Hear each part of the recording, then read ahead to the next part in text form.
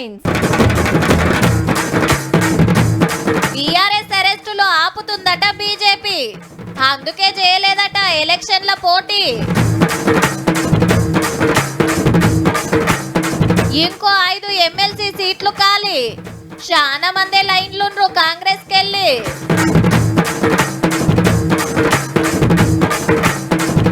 చెప్పున్నే కొత్త మందు బ్రాండ్లు ఎట్లుంటాయో మరి వాటి రేట్లు.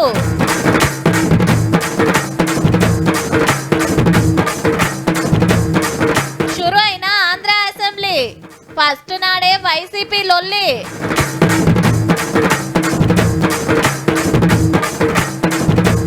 పాకిస్తాన్ ను ఓడించిన ఇండియా, మస్తు ట్రోల్ అవుతున్న ఐఐటి బాబా.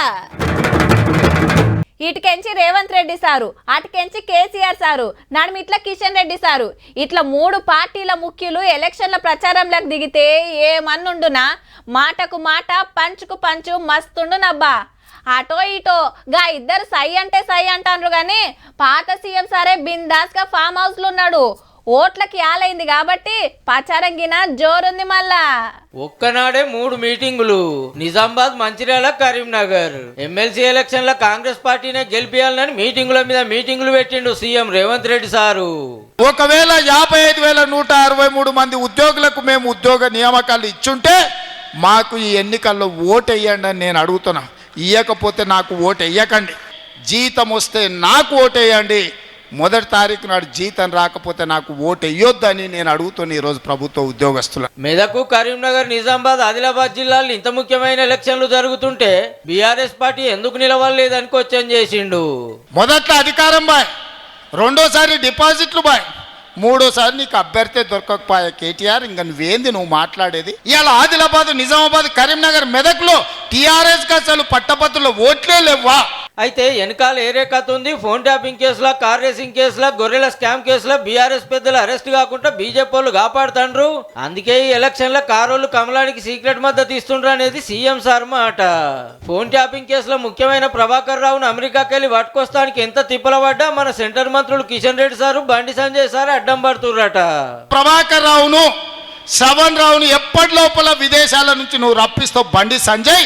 వాళ్ళని తెచ్చిన 48 గంటల్లో ఇవాళ టీఆర్ఎస్ నాయకులను లోపల వేయకపోతే బొక్కలు పెట్టకపోతే చూడని నేను అడుగుతున్నా. విదేశీ కార్ల పోటీలలో కోట్ల రూపాయలు కేటీఆర్ విదేశాలకు తరలించిన నేను కేసు కడితే ఎంబడే ఈడీఓలు వచ్చి ఆ ఫైల్ అంతా తీసుకుపోయాను.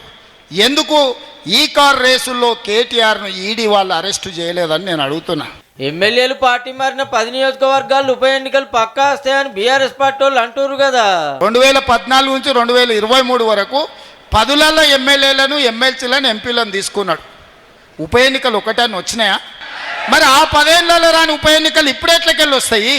అప్పుడు గదే స్పీకర్ ఉన్నాడు, అప్పుడు గవే కోర్టులు ఉన్నాయి.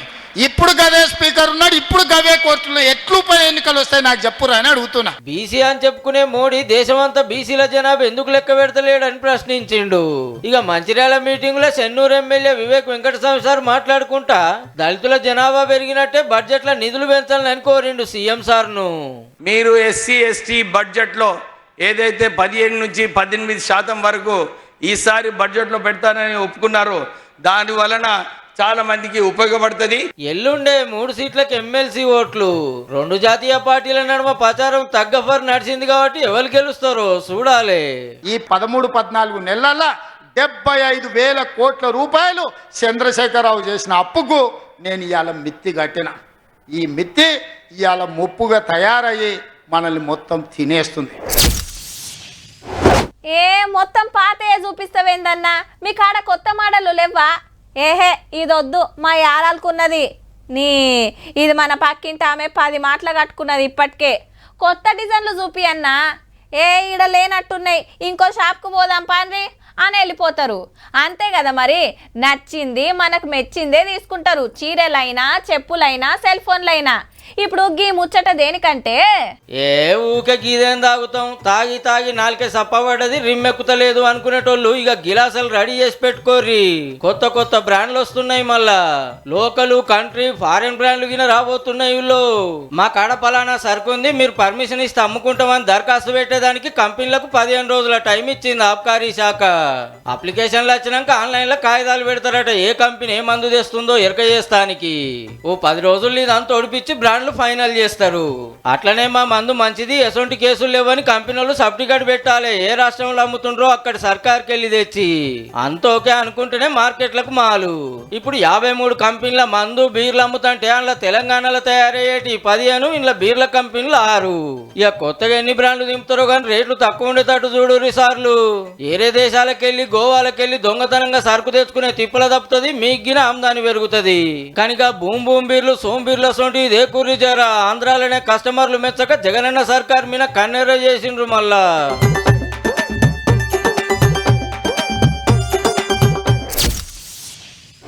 ఆంధ్రప్రదేశ్ అసెంబ్లీ సమావేశాలు ఇవాళ ప్రారంభమయ్యాయి.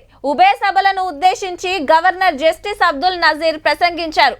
ప్రజాశ్రేయస్సే ధ్యేయంగా తమ ప్రభుత్వం ప్రణాళికలతో ముందుకు వెళ్తుంది అన్నారు. మరోవైపు వైసీపీకి ప్రధాన ప్రతిపక్షం హోదా ఇవ్వాలనే డిమాండ్తో సభలో నిరసనలు జరిగాయి. ఆంధ్ర అసెంబ్లీ మీటింగులు చాలా అయినాయి, మంచి మంచి పథకాలు పెట్టినాము, మా ఏలుబడి మంచిగుంది, ఎవరికేం తిప్పలేవు అనుకుంటా గవర్నమెంట్ రాసిచ్చిన పాఠం ఒప్ప చెప్పిండు గవర్నర్ సారు. అయితే సీఎం సార్ పేరే తప్పు చదివిండు. శ్రీ నరేంద్ర చంద్రబాబు నాయుడు గారు, honourable chief minister. Sir speech ఇట్లా సురువు అయిందో లేదో అటుకెళ్ళి వైసీపీ ఎమ్మెల్యేలు మీటింగ్ వచ్చి లొల్లి లొల్లి చేసిండ్రు. జగనన్నకు ప్రధాన ప్రతిపక్షం లీడర్ హోదా ఇయ్యాలనేది మనోళ్ళ డిమాండ్. గప్పుడు మంత్రులతో సమానంగా ప్రోటోకాల్ మర్యాద ఉంటది. లేలే రూల్స్ ప్రకారం 18 మంది ఎమ్మెల్యేలు ఉంటేనే వస్తుందని స్పీకర్ సారు. ఇలా కొత్త 11 మందే ఉన్నారు. మరి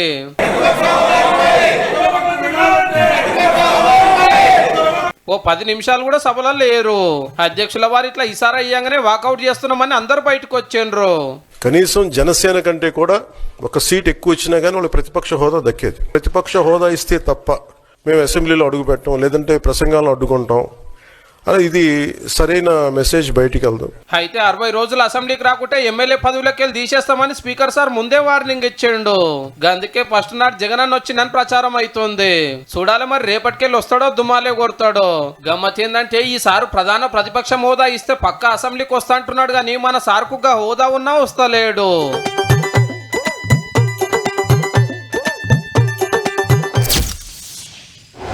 అబ్బా రాత్రి ఏమన్నున్నదా మ్యాచ్?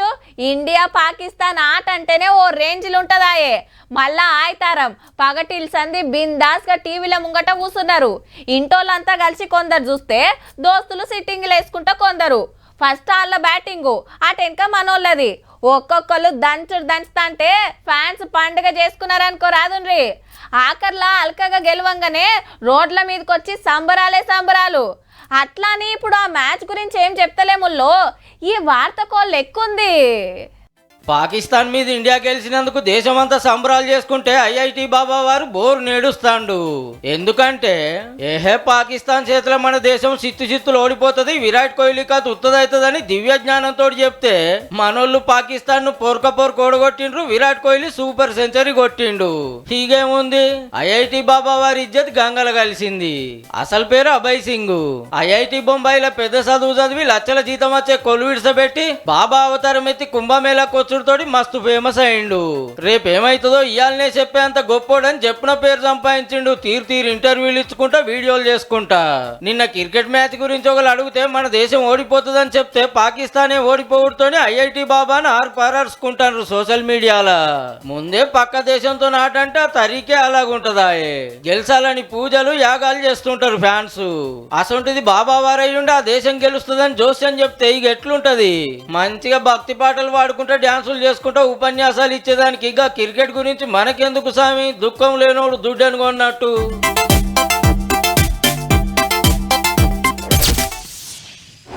సర్పంచ్ ఓట్లు అని ఏడాదికించి ఎయిటింగ్ చేస్తుంటే అవి తప్ప అన్ని వస్తున్నాయి అబ్బా.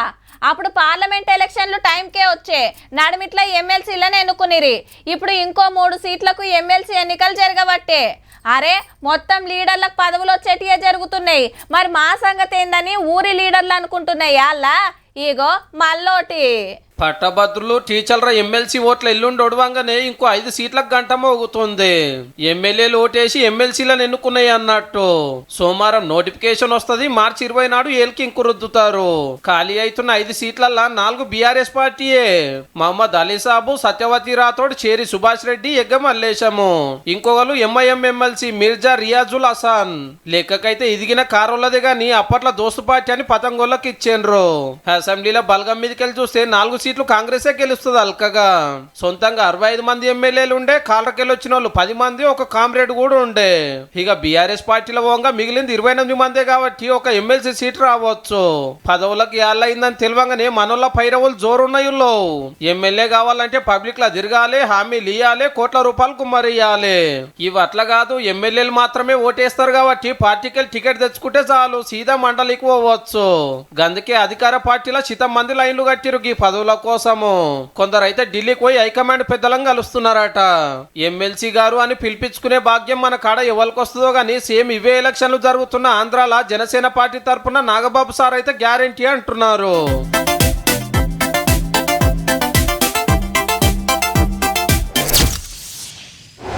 బద్రీనాథ్, కేదార్నాథ్, గంగోత్రి, యమునోత్రి వీటినే చార్ధాంలు అంటారు. అట్లనే అయోధ్య బాలరాముడు, తిరుపతి వెంకన్న, శ్రీశైలం మల్లన్న, అలంపూర్ జోగులాంబ, కాశీ విశ్వేశ్వరాలయం, ఉజ్జయిని మాంకాలమ్మ, కంచి కామాక్షమ్మ, మధుర మీనాక్షమ్మ, ఇంకా బాగానే ఉన్నాయి. దేశమంతా పేరు పోయిన గుడులు. ఒక్కొక్క గుడికి ఒక్కో చరిత్ర, ఒక్కో స్పెషాలిటీ ఉంటది. అట్లనే ఇప్పుడు యాదగిరిగుట్ట నర్సన్న గురించి సుతా చెప్పుకుంటారు పక్క. ఎందుకంటే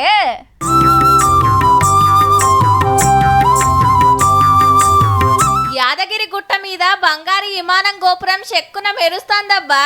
దేశంలో ఇంత పెద్దది ఇంకేడ లేదు. మళ్ళా 50 అడుగుల ఎత్తు, చుట్టూ 10,000 అడుగుల ఎడల్పు. తిరుపతి వెంకన్న గోపురం ఎత్తు 33 అడుగులే. 65 కిలోల బంగారం కరగబోసి ఇంత ముద్దుగా తయారు చేసిండ్రు. చుట్టూ కృష్ణశిలలతో చెక్కిన గోపురాలు, నడుమిట్ల స్వర్ణ గోపురం.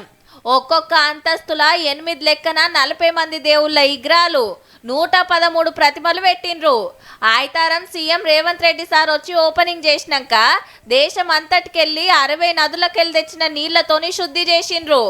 బంగారం అద్దెతానికి 5 కోట్లు ఖర్చు అయితే మొత్తం కలిపి 80 కోట్లకు మీదనే. 24 క్యారెట్ల సొక్కమైన బంగారం తోటి నానో టెక్నాలజీ వాడి చేసిండ్రట. 50 ఏండ్ల దాకా గింత కూడా ఏం కాదట. ఇక శనారంకెళ్ళి యాదగిరిగుట్ట నర్సన్న పెద్ద పండుగ 8 నాడు కళ్యాణం. గప్పుడు పోతే దేవుని లగ్గం చూడొచ్చు, బంగారు గోపురం చూడొచ్చు.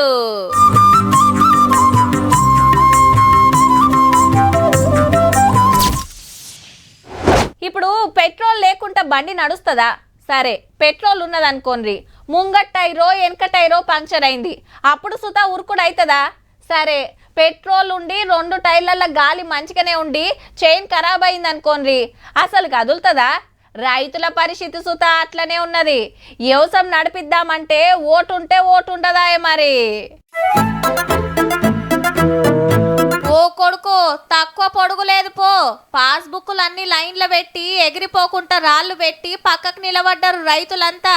జగిత్యాల పిఎస్సిఎస్ కాడ గంటల కమానం లైన్లు కడుతున్నా బత్త సుత దొరుకుతలేదు. మరి యూరియా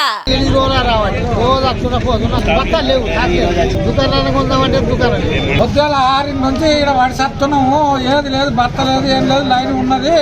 మరి ఏంటి సార్ మీరు ఇట్లా చేస్తే ఉన్నావు ఈడ ఊడియ బట్టలు లేక ఏం లేక నీళ్లు లేవు, ఉపాసం ఉంటుంది. జగిత్యాలనే కాదు, చాలా ఏరియాలలో గిదే పరిస్థితి. మున్పు కంటే యాసంగి సాగు పెరిగినందుకే యూరియాకు బగ్గ డిమాండ్ వచ్చిందనేది ఆఫీసర్ల మాట. నిరుడు 5 లక్షల టన్నులే సరిపోతే ఈ 7 లక్షల టన్నులు వచ్చినా ఎటు చాలతలేదు. ఇంకో 1.5 టన్నుల యూరియా రావాలన్నట. అది వచ్చేదాక రైతులకు తిప్పలే ఉన్నట్టుంది. జర చెప్పున్నది ఎప్పిరి సార్లు.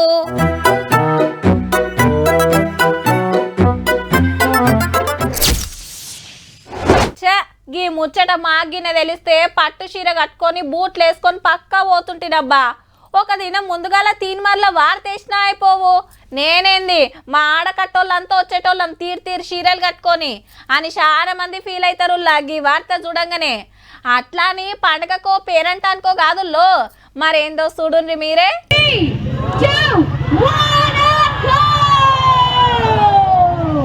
రన్నింగ్ పోటీలని గీళ్ళని చూపిస్తారేందని పరిశాన్ కాకుండ్రి. అదే ఇది శారీ రన్ అంటే చీరలు కట్టుకొని ఉరుకుడు పోటీలు. బుజ్జమ్మలు, అమ్మాయిలు, ఆంటీలు, అమ్మమ్మలు ఉరుకుడే ఉరుకుడు. ఎడనో కాదు మన హైదరాబాద్ నెక్లెస్ రోడ్లనే ఆయితరం పూట ప్రోగ్రాం పెడితే దేశం అంతటికెళ్ళి 3000 మంది వచ్చిండ్రు. గీ అక్కని చూడుండ్రి బిడ్డని కడుపుకు కట్టుకొని ఎట్లురుకుతుందో. లెక్కకైతే రన్నింగ్ పోటీలకు సపరేట్ డ్రెస్సులుంటాయి, కానీ ఇది పెట్టిందే చీరల గొప్పతనం ఎరక చేస్తానికి, ఆడోళ్ళు ఎండ్ల తక్కువ కాదని చూపిస్తానికి, ఆరోగ్యం కాపాడుకోవాలని చెప్తానికి. ఆ అక్కలకు ఛాన్స్ ఇస్తే ఎండ్లైనా దూసుకుపోతారని సాటింపేస్తానికి ఓ 2 కంపెనీలు కలిసి పెట్టినాయి. ఇక కొందరు మోటార్ సైకిళ్లు నడిపి మొగోళ్ళ కంటే మేమేం తక్కువ కాదని రువ్వడి చూపించిండ్రు.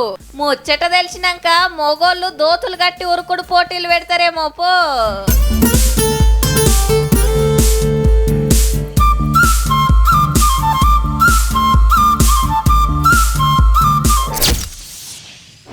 మనకేందబ్బా చల్లగా ఏసీ కింద కూర్చొని పరాకతిగా డ్యూటీలు చేస్తాం, టైం కాగానే ఇంటికి వెళ్ళిపోతాం.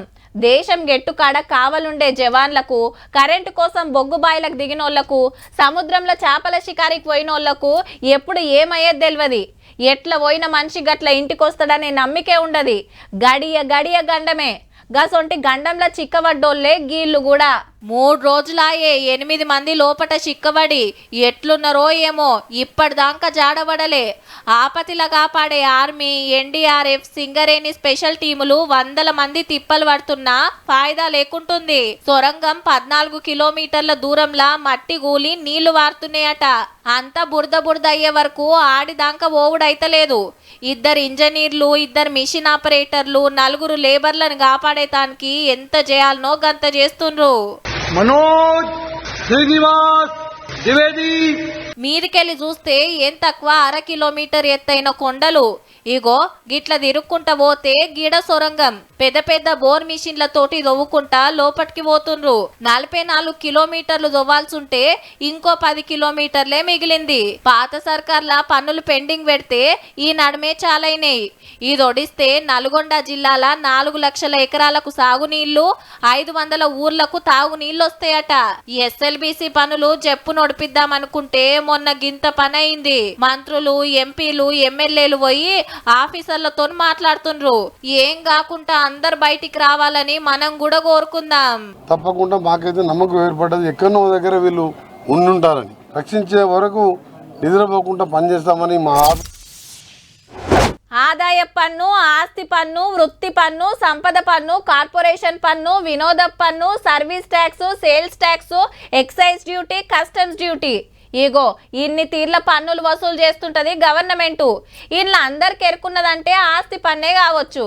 సరే వాటి గురించి అటు వెనక ఎప్పుడన్నా చెప్పుకుందాం కానీ ఇప్పుడైతే గీ ముచ్చట చూడుండ్రి. అదాని సార్ కట్టిన ఇన్కమ్ ట్యాక్స్ ఎంతో తెలిస్తే చక్కెరొచ్చి అడ్డం పడతారేమో పో. 58,104 కోట్లు మరి అదిగిన ఒక ఏడాదికే. అంటే గంటకు 6.5 కోట్లు కడుతున్నట్టు గవర్నమెంట్ కు. మున్పు కంటే 11,000 కోట్లు ఎక్కువ చదివించినామని గొప్పగా సాటింపేసుకున్నారు అదాని కంపెనీ వాళ్ళు. లెక్కకైతే ఈ లెక్కలు బయటికి చెప్పారు, కానీ పన్నులు బగ్గా కట్టిండ్రు కాబట్టి ఈ ముచ్చట అందరికి చెప్తే అందరికి కంపెనీ మీద నమ్మిక పెరిగి చాలా మంది షేర్లు కొంటారని మనోళ్ళు ఆపొచ్చానా. అదాని సార్ కు దేశంలో బయట దేశాలలో బొచ్చడు కంపెనీలు, బిజినెస్ ఉన్నాయి. ఈ 10 ఏళ్లలోనే శీతం పెరిగింది ఆమ్దాని. మన కాడ లొల్లి అవుతున్న అమెరికాల కేసులైనా సార్ అయితే తగ్గుతలేడు. ఈడ చెప్పుకోవాల్సింది అంబానీ కట్టిన ట్యాక్స్ గురించి కూడా. నిరుడు 1,86,000 కోట్లు చదివిచ్చిండట. సారోళ్ళ రిలయన్స్ కంపెనీలు దందాలు చెప్పలేనన్ను ఉన్నాయి. అదాని సార్ ఇంట్లో పని మనుషులకే 2 లక్షలకు మీద జీతం ఉంటదట. మళ్ళా ఇవన్నీ బయటికి చెప్పిన లెక్కలేను. ఇన్కమ్ ట్యాక్స్ లే 1,000 కోట్లు, లక్షల కోట్లు కడుతున్నారంటే అదాని, అంబానీల ఆమ్దాని ఏ రేంజ్ ఉంటుందో చూడండిగా. అబ్బా అని ఎక్కువేం ఆలోచన వేయకుండ్రే. ఇంతటి శ్రీమంతులు పుట్టిన దేశంలో మనం పుట్టుడే మహాభాగ్యము.